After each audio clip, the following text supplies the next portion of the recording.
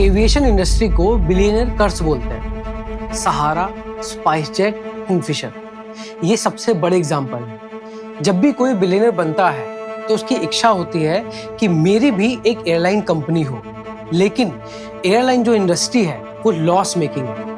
Maximum players इस industry में profit नहीं बना पाते हैं। आप एग्जाम्पल देख लो, कितनी एयरलाइंस थी और आज कितनी है।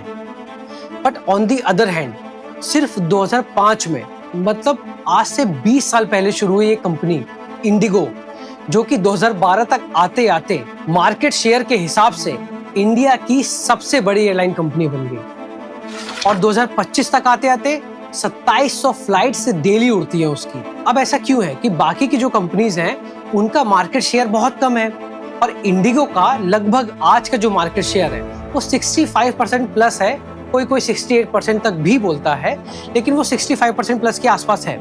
तो कैसे है, इतने लोग डेली कैसे उड़ रहे हैं उसके साथ, कैसे वो एक सबसे बड़ी एयरलाइन कंपनी बन गई? उसका रीजन पहले ही मैं छोटे ब्रीफ में बताता हूँ। सबसे पहली चीज तो ये कि लो कॉस्ट है।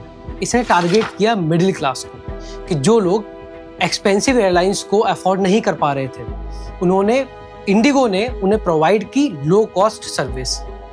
दूसरी चीज, it was an on time airline. इसके कभी भी डिले होने की खबरें नहीं आती थी। सेकंड है सिंप्लिसिटी। मैक्सिमम एयरलाइंस जो ऑपरेट कर रही थी वो अपने कस्टमर्स को दे रही थी क्या? Food service, beverages, other services, entertainment. But इन्होंने क्या कहा कि क्योंकि हमें एक लो कॉस्ट सर्विस प्रोवाइड करनी है तो इसके लिए हम ये सारी जो लग्जरी है इसको हटा देंगे। और जो मिडिल क्लास है उसको सिर्फ इससे फर्क पड़ता है कि मैं पॉइंट ए से पॉइंट बी तक कितने कम पैसों में पहुंच जा रहा हूं। तो इन्होंने प्रोवाइड की लो कॉस्ट सर्विस। उसके बाद आती है अफोर्डेबिलिटी। जब ये सारी सर्विसेज हटा दी गई तो वो हो गई अफोर्डेबल। अब आते हैं करंट सिनेरियो पे। जनवरी 2024 में DGCA, director general of civil aviation, एक रिन्यूड FDTL डॉक्यूमेंट जारी करता है। FDTL means flight duty time limitation. ये बेसिकली होता है पायलट्स के लिए और क्रू मेंबर्स के लिए। इसमें क्या होता है कि pilots must now get 48 consecutive hours of rest up from 36 hours earlier. पहले क्या होता था कि जो पायलट्स थे उनको 36 आवर्स का रेस्ट मिलता था, लेकिन FDTL में जो अपडेटेड आया उसमें कहा गया कि अब आपको पायलट्स को 48 कंसेक्यूटिव आवर्स का रेस्ट देना ही पड़ेगा। सेकंड था कि pilots can perform only 2 night landings in a week.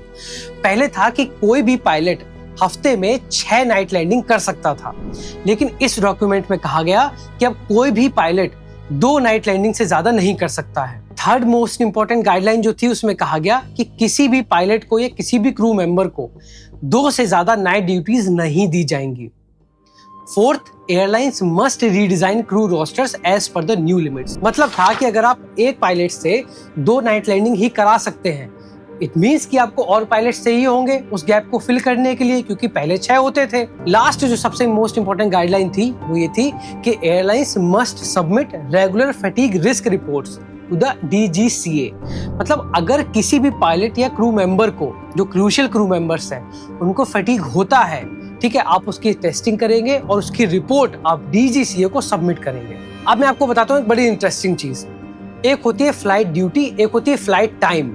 Flight duty क्या होता है कि जब कोई भी पायलट अपनी शिफ्ट पे आता है तो वहां से उसका फ्लाइट ड्यूटी शुरू होती है।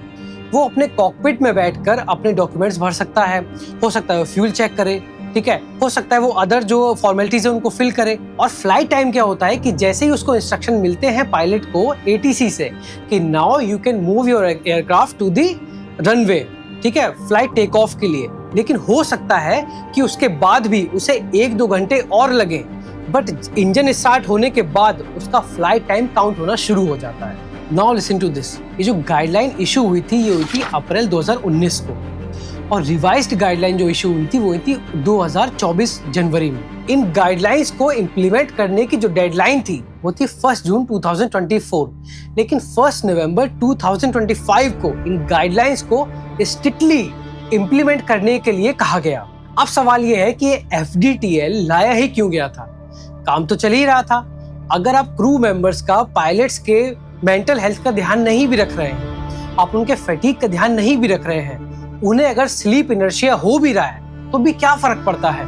फ्लाइट चल रही है, वो अपनी शिफ्ट पूरी कर रहे हैं, लोग पॉइंट ए से पॉइंट बी तक पहुंच भी रहे हैं। तो अब मैं आपको वो बताता हूं जो DGCA ने एग्जैक्टली यहाँ कोट किया है। वो क्या है कि fatigue can impair a crew member's alertness and ability to safely operate an aircraft or perform safety related duties। तो इसका मतलब क्या होता है कि अगर किसी पायलट या अदर क्रूशियल क्रू मेंबर को स्लीप इनर्शिया या फटीग है तो क्या होता है कि जो फ्लाइट की सेफ्टी है वो कॉम्प्रोमाइज हो सकती है।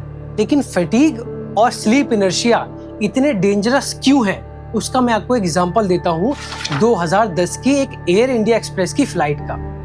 एक फ्लाइट एयर इंडिया एक्सप्रेस की दुबई से चली बेंगलुरु के लिए, ठीक है, जिसमें 2 पायलट, एक था सर्बियन पायलट जिसका नाम था ज़्लातको ग्लुसिका और उसका को पायलट था HS आलूवालिया। ये दोनों वहां से चले तो हुआ क्या कि ज़्लातको ग्लुसिका अफेक्टेड थे स्लीप इनर्शिया से, मतलब उनकी नींद पूरी नहीं हो पा रही थी। बेसिक लैंग्वेज में अगर समझें हम, लेमैन की लैंग्वेज में, तो हुआ क्या कि फ्लाइट टेक ऑफ के बाद वो सो गए।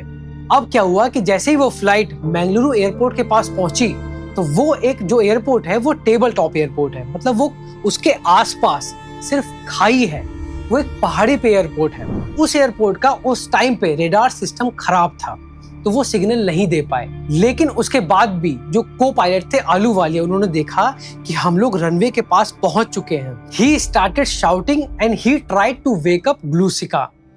अब ग्लुसिका जी पहली बात तो उठे बहुत देर में, ठीक है, तब तक बहुत लेट हो चुका था और फ्लाइट रनवे के पास पहुंच चुकी थी। वो जो फ्लाइट थी वो एक सेफ डिस्टेंस जो होता है रनवे से वो होता है अराउंड 6000 फीट, वो उससे बहुत ज्यादा ऊपर थी, लेकिन अब उसको लैंड भी करना था। ग्लुसिका वोक अप और ग्लुसिका ने सोचा कि मैं इस पॉइंट पे भी लैंड करता हूँ and he tried to land the flight even after कि वो जो कंडीशन थी वो बहुत ही सिवियर थी।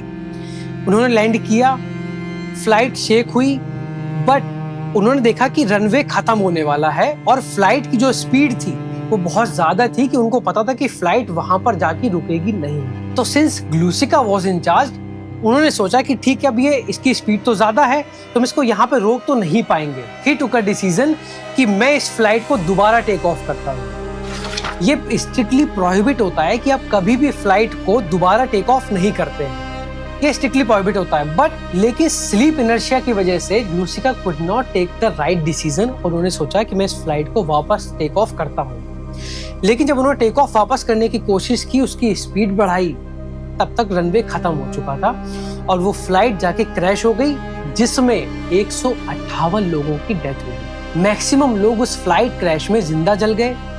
जो बचे भी जो जिंदा थे वो अपनी सेफ्टी बेल्ट ओपन नहीं कर पाए और जो ओपन करके बाहर निकलने की कोशिश की वो लोग एक बाहर निकलने का रास्ता नहीं ढूंढ पाए और 158 लोगों की डेथ हो गई। किस वजह से? सिर्फ और सिर्फ स्लीप इनर्शिया की वजह से। अब मैं आपको इसका एक दूसरा एग्जांपल बताता हूँ। एक फ्लाइट टेक ऑफ करती है दुबई से मुंबई आने के लिए। फ्लाइट टेक ऑफ करते ही उसके दोनों पायलट सो जाते हैं, ठीक है, और वो फ्लाइट जैसे अपने डेस्टिनेशन के पास आती है, मतलब मुंबई के पास। अब ये जो फ्लाइट थी ये थी ऑटो पायलट पे। उसके बाद जब इसने अपना डेस्टिनेशन क्रॉस कर लिया और ये गोवा पहुंचने वाली थी, तब एयर ट्रैफिक कंट्रोल सिस्टम ने उन पायलट्स को जगाया। दोनों पायलट्स जागे, फिर उन्होंने डिसाइड किया कि फ्लाइट को वापस से घुमा के मुंबई लेके जाते हैं और वो मुंबई लेके गए और वहां पर उन्होंने सेफली लैंड किया। इन दोनों एग्जाम्पल से आपको समझ आ गया होगा कि कितना क्रूशियल है ये इंश्योर करना कि आपके पायलट को स्लीप इनर्शिया तो नहीं है या वो फटीग्ड तो नहीं है